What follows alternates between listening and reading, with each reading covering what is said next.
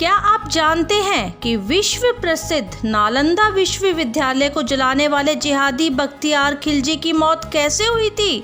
वास्तव में ये कहानी है सन 1206 ईस्वी की।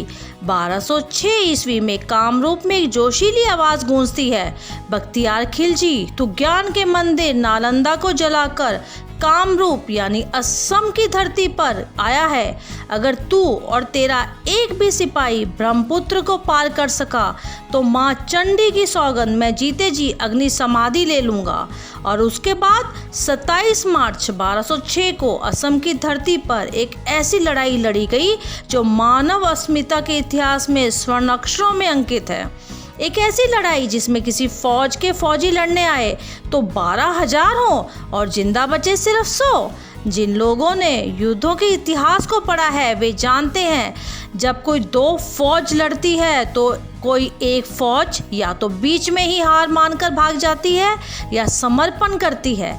लेकिन इस लड़ाई में 12,000 सैनिक लड़े और बचे सिर्फ 100, वो भी घायल। ऐसी मिसाल दुनिया भर के इतिहास में संभवतः कोई नहीं। आज भी गुवाहाटी के पास वो शिलालेख मौजूद है जिस पर इस लड़ाई के बारे में लिखा है। उस समय मोहम्मद बख्तियार खिलजी बिहार और बंगाल के कई राजाओं को जीतते हुए असम की तरफ बढ़ रहा था। इस दौरान उसने नालंदा विश्वविद्यालय को जला दिया और हजारों बौद्ध, जैन और हिंदू विद्वानों का कत्ल कर दिया था। नालंदा विश्वविद्यालय में विश्व की अनमोल पुस्तकें, पांडुलिपियां, अभिलेख आदि जलकर खाक हो गए थे। यह जिहादी खिलजी मूलतः अफगानिस्तान का रहने वाला था और मोहम्मद गौरी व कुतुबुद्दीन ऐबक का रिश्तेदार था।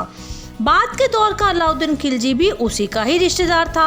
असल में वो जिहादी खिलजी नालंदा को खाक में मिलाकर असम के रास्ते तिब्बत जाना चाहता था, क्योंकि तिब्बत उस समय चीन, मंगोलिया, भारत, अरब व सुदूर पूर्व के देशों के बीच व्यापार का एक महत्वपूर्ण केंद्र था।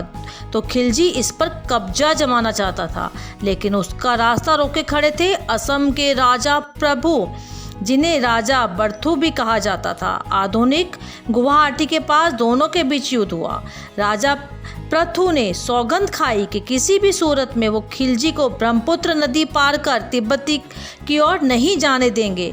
उन्होंने व उनके आदिवासी योद्धाओं ने जहर बुझे तीरों, खुखरी, बर्छी और छोटी लेकिन घातक तलवारों से खिलजी की सेना को बुरी तरह से काट दिया। स्थिति से घबराकर खिलजी अपने कई सैनिकों के साथ जंगल और पहाड़ों का फायदा उठाकर भागने लगा। लेकिन असम वाले तो जन्मजाता योद्धा थे और आज भी दुनिया में उनसे बचकर कोई नहीं भाग सकता। अंत में खिलजी महज अपने 100 सैनिकों को बचाकर जमीन पर घुटनों के बल बैठकर क्षमा याचना करने लगा।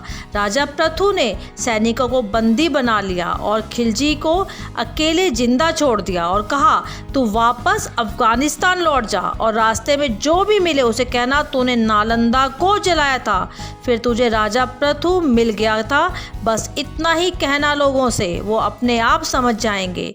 खिलजी इतना बेइज्जत हुआ कि उसकी दास्तां सुनकर उसके ही भतीजे अली मर्दान ने ही उसका सर काट दिया। यही है नालंदा विश्वविद्यालय की ऐतिहासिक कहानी।